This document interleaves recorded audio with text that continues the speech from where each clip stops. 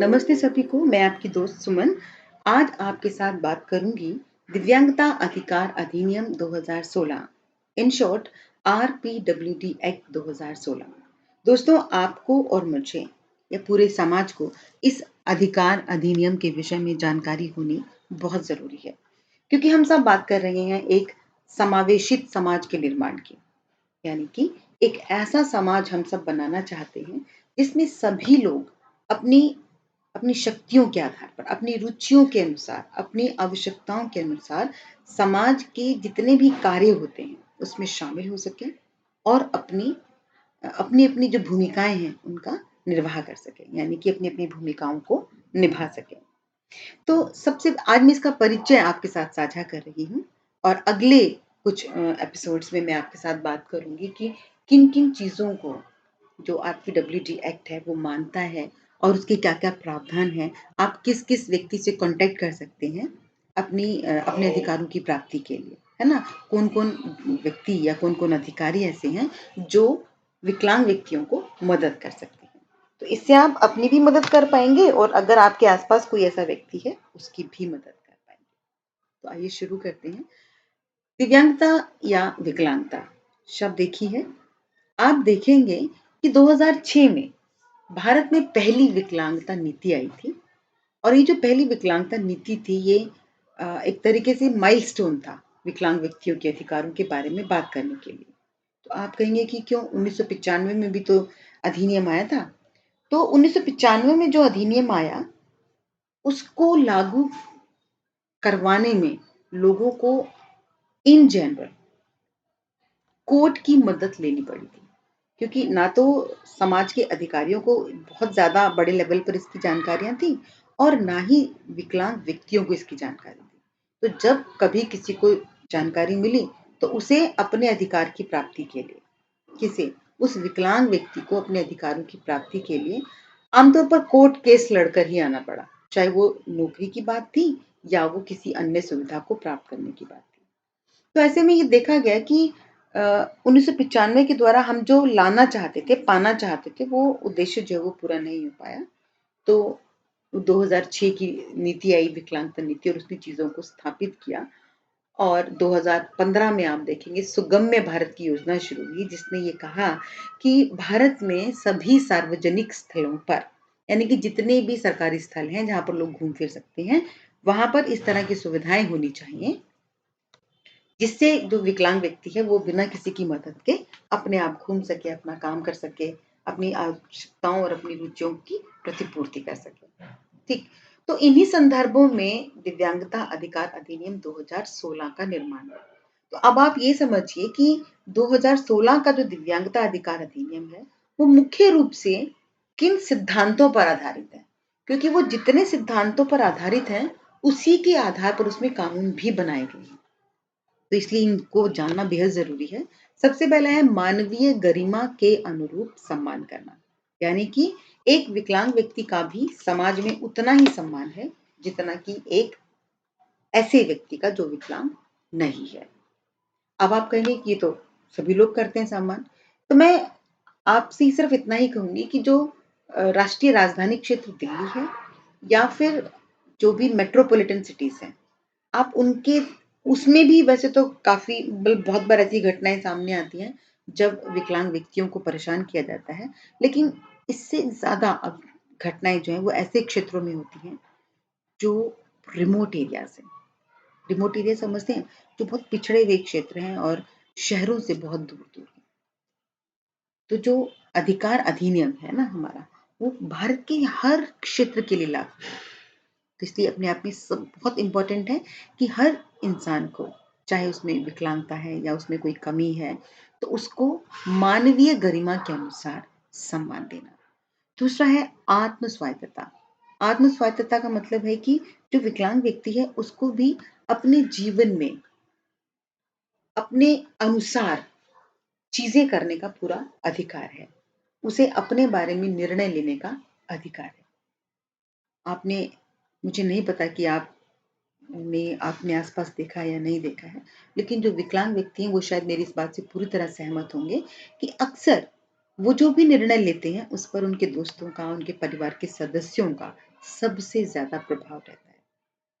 तो हमें इस तरह का वातावरण बनाना है जिसमें वो विकलांग व्यक्ति अपने आप अपने लिए निर्णय ले सकें और उन निर्णयों की ज़िम्मेदारी भी ले सकें, है ना?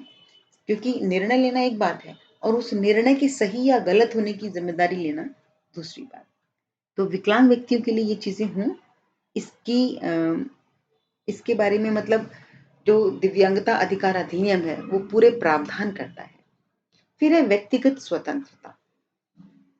हर व्यक्ति को अपने जीवन में अपने अनुसार जीने की स्वतंत्रता होनी चाहिए। इसमें बोलने की स्वतंत्रता भी है, ओढ़ना, पहनना, खाना, पीना, बातचीत करना, इधर-उधर आना-जाना, वो सभी स्वतंत्रताएँ इसमें शामिल होंगी। और दिव्यांगता अधिकार अधिनियम में जितने भी कानून हैं दोस्तों, वो सभी इन सिद्धांतों पर आधारित हैं। हर कानून के पीछे कोई ना कोई सिद्धांत है कि इसके जब हम ये कहेंगे कि हर व्यक्ति को घूमने-फिरने मतलब हर बिल्डिंग में रैंप होना चाहिए या लिफ्ट होनी चाहिए जहाँ पर विकलांग व्यक्ति जो है वो आ जा सके, तो इसका मतलब हम उसकी व्यक्तिगत स्वतंत्रता का सम्मान कर रहे हैं। ठीक है? इसके बाद है कि कोई भेदभाव नहीं होना चाहिए। किसी भी लेवल पर, चाहे वो पारिवारिक स्तर हो, चाहे वो शिक्षा के क्षेत्र में हो या फिर रोजगार के क्षेत्र में हो या फिर किसी जीवन के अन्य क्षेत्र में, कहीं पर भी कोई भी पार्शियलिटी विकलांग व्यक्तियों के साथ नहीं होनी चाहिए। और अगर इनमें से कुछ भी होता है, मतलब मानवीय गरिमा अगर कोई उनकी बार-बार इंसल्ट अपमान करता है, बेइज़्ज़ती करता है इस बात के लिए या फिर उन्हें अपने निर्णय नहीं लेने देता या फिर उन्हें स्वतंत्र नहीं रहने देना चाहता, उनको आपको ऐसे शोध में ऐसा सामने आया है कि लोग अपने जो विकलांग व्यक्ति या सदस्य हैं घर के, उसको दरवाज़े में ताले में बंद करके चले जाते हैं। तो ये बिल्कुल भी मानवीय व्यवहार नहीं है और ऐसा नहीं होना चाहिए। इसके बाद पूर्ण और सक्रिय सहभागिता तथा समाज में समावेशन होना चाहिए। पूर्ण और सक्रिय सहभागिता क्यों कही गई? क्योंकि नॉर्मली क्या होता है, अगर कोई विकलांग व्यक्ति मान लीजिए आपके कार्यालय में ही है और वो कार्यालय की जो में कोई भी मतलब प्रोग्राम होता है, कोई भी कार्यक्रम होता है, उसमें उनको ले गए, जाके बिठा दिया, फिर खाना खा लिया, तालियाँ बजा दी, बस हो गया उनका पार्टिसिपेशन। नहीं, ऐसा नहीं। वो उसके मैनेजमेंट में शामिल होने चाहिए। उनको भी ऐसी सुविधाएँ मिलनी चाहिए कि वो वहाँ पर आम लोगों की तरह एन्जॉय कर सकें। क्योंकि लोग पार्टीज़ में क्यों जाते हैं? इसीलिए जाते हैं ना कि उनका मन थोड़ा बहल जाए और वो चीज़ों को सेलिब्रेट कर पाएँ। तो अगर एक विकलांग व्यक्ति इस तरह की चीज़ें कर पाएगा, कब? जब उसके पास प्रॉपर सुविधाएँ होंगी और वो सुविधाएँ क्या हैं? ये हम नेक्स्ट वीडियो में देखेंगे कि क्या-क्या चीज़ें होनी चाहिए और आप खुद भी सोच सकते हैं।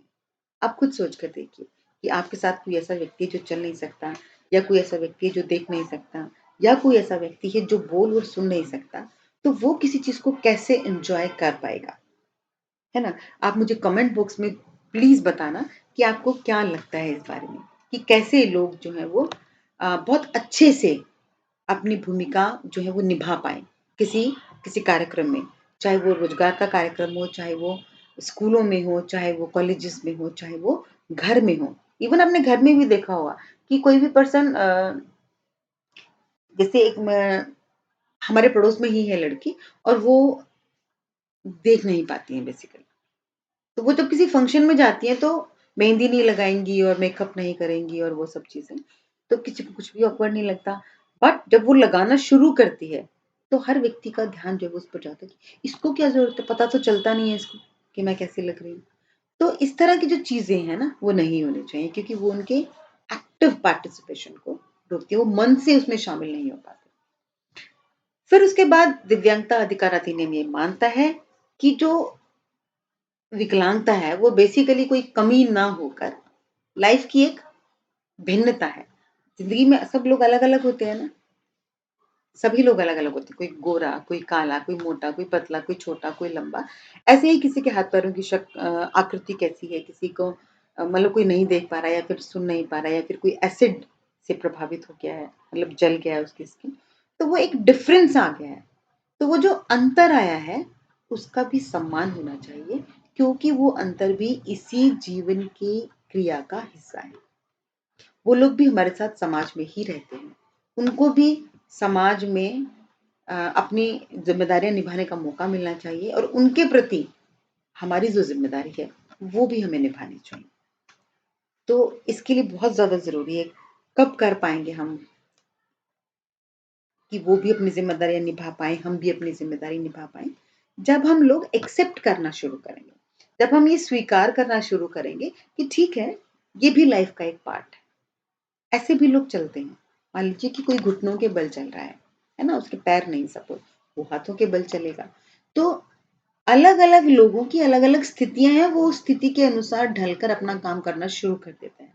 हमें सिर्फ़ ये मानकर चलना है, उसको स्वीकार कर लेना है कि ठीक है, कोई 2 पैरों पर चलता है, तो कोई चारों पर चल लेगा, है ना? कोई पैरों पर चलता है, कोई कोई पहियों पर चलता है, जो व्हीलचेयर यूज़र्स होते हैं, वो पहियों पर चलते हैं, है ना? तो हर इंसान अपने आप में अनोखा होता है, उसमें अपनी कुछ क्वालिटीज़ होती हैं, उन क्वालिटीज़ के बेसिस पर आप लोगों को एक्सेप्ट कर लीजिए।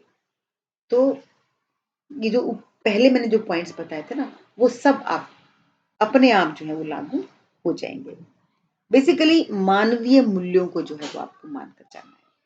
फिर उसके बाद है अवसरों की समानता, सबको मिलनी चाहिए, चाहे गरीब हो, अमीर हो, है ना? लड़का हो, लड़की हो। जब किसी दूसरे भेद को नहीं मान रहे हैं, तो फिर विकलांगता के भेद को क्यों? क्यों मन में ये प्रश्न आ जाता है बार-बार कि वो नहीं कर पाएगा? उसे करने दीजिए, वो कर पाएगा, बस थोड़ा-सा अलग तरीके से करेगा, ये बात है ना? तो वो जो अलग तरीका है, उसको स्वीकार करने में आपको सिर्फ़ एक ही काम करना है, थोड़ा-सा इंतज़ार कर लीजिए, थोड़ा-सा विश्वास कर लीजिए, कर लेंगे और हो जाएगा। पहुँच अगर आपकी सूचनाओं तक पहुँच नहीं है, क्योंकि मान लीजिए कोई व्हीलचेयर बाउंड व्यक्ति है और वो ऑफ़िस तक नहीं पहुँच पा रहा। तो ऑफ़िस तक न पहुँच पाने के कारण उसे बहुत सारी चीज़ें नहीं उसकी जानकारी में आ पाएँगी, तो वो सब चीज़ें नहीं कर पाएगा। तो एक दोस्त होने के नाते, एक अच्छा इंसान होने के नाते आप वो संदेश उस तक पहुँचा दीजिए। फिर वो कैसे करेगा? उसके लिए थोड़ा-सा वेट एंड वॉच कीजिए। क्योंकि अ, जब हम पेशेंस खो देते हैं ना, हमें लगता है फटाफट ये काम होना चाहिए, फटाफट। तो वो जो फटाफट वाली धारणा है, उसको थोड़ा-सा साइड में करके रखेंगे, तो हम अपने विकलांग साथियों को बेहतर अवसर, बेहतर पहुँच दे पाएँगे। और आदमी और औरत के मध्य समानता, ये दिव्यांगता अधिकार अधिनियम के ही पॉइंट्स हैं जो मैं आपके साथ डिस्कस कर रही हूँ। इसमें जेंडर बायस्ड नहीं होना चाहिए, नॉर्मल जगह पर भी नहीं होना चाहिए, यानी कि जो व्यक्ति दिव्यांग नहीं है, उनके साथ भी लड़का और लड़की का भेद नहीं होना चाहिए और जो विकलांग हैं, उसके साथ भी नहीं होना चाहिए। क्योंकि जो विकलांग है, वो तो वैसे ही अपने जीवन में ज़्यादा बाधाओं का सामना करते हैं, तो फिर एक और बाधा समाज क्यों बनाए, है ना? तो उन्हें मतलब समानता के आधार पर ट्रीट किया जाना चाहिए। फिर एक क्षमताओं को ढूँढना और उनका सम्मान करना और पहचान कायम करना। कि मैंने कहा ना, आप उन लोगों को स्वीकार कर लीजिए। ये स्वीकार कर लीजिए कि उनका काम करने का तरीका थोड़ा-सा अलग है, ठीक है? उस थोड़ी-सी अलग तरीके में हो सकता है उन्हें आपकी थोड़ी-सी ज़्यादा मदद की ज़रूरत भी रहे, तो आप अगर वो दे देते हैं, चाहे वो साधनों के रूप में है, चाहे वो व्यवहार के रूप में है, चाहे वो आपके शब्दों के रूप में है। होता है ना कई बार हम मोटिवेशन दे देते हैं लोगों को, तो उन सब चीज़ों के साथ वो अपनी एक पहचान बनाने में कामयाब हो पाएँगे और हर व्यक्ति जो अपने आप को पहचान लेता है, वो मानवीय गरिमा के अनुरूप जी पाएगा। सबसे पहले पॉइंट पर हम पहुँच जाएँगे। तो जो दिव्यांगता अधिकार अधिनियम है, वो इन सब बातों को स्वीकार करता है और इन्हीं के आधार पर वो आगे जो है वो कानूनों के निर्माण इसमें किए गए हैं। तो मैं एक बार रिपीट कर दूं कि मानवीय गरिमा मतलब हर इंसान का मानवीयता के आधार पर देखिए, हर इंसान का सम्मान करना है, उसे उसके निर्णय लेने का अधिकार देना है, विकलांग व्यक्ति को भी स्वतंत्रता के साथ घूमने फिरने खाने पीने चीजों के चयन करने की स्वतंत्रता होनी चाहिए, उनके साथ कोई भेदभाव ना करें और भेदभाव कब नहीं कर पाएंगे, जब हम उन्हें स्वीकार कर लेंगे। क्योंकि हम किसी का अपमान कब करते हैं? नॉर्मल भी आप देखिए, किसी का अपमान कब करेंगे आप? जब हम उसको स्वीकार नहीं कर पाते, जब हम उसको एक्सेप्ट नहीं कर पाते। आप एक्सेप्ट कर लेंगे, तो एक्सेप्टेंस का कोई तो आधार होगा ना कि चलो हम जैसा है या सभी लोग ऐसे होते हैं, है ना? कुछ लोग धीरे करते हैं, कुछ लोग जल्दी करते हैं। कोई भी आप एक तर्क मान कर चल सकते हैं।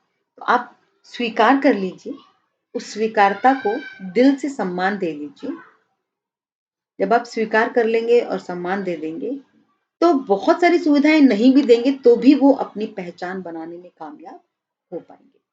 तो समाज से ये अपेक्षा दिव्यांगता अधिकार अधिनियम की रहेगी कि वो सामाजिक समावेशन के लिए, यानी कि जो विकलांग व्यक्ति हैं, वो सभी समाज में अपनी क्षमताओं के अनुसार, अपनी रुचियों के अनुसार, अपनी आवश्यकताओं के अनुसार काम कर सकें, अपनी आवश्यकताओं की पूर्ति कर सकें, इसके लिए हम उन्हें एक बेहतर वातावरण दें।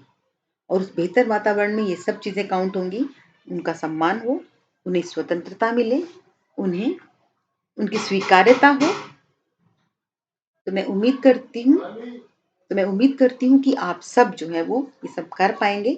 इन्हीं विचारों के साथ आपकी दोस्त आपसे विदा लेती है। खुश रहें, अपना ख़्याल रखें।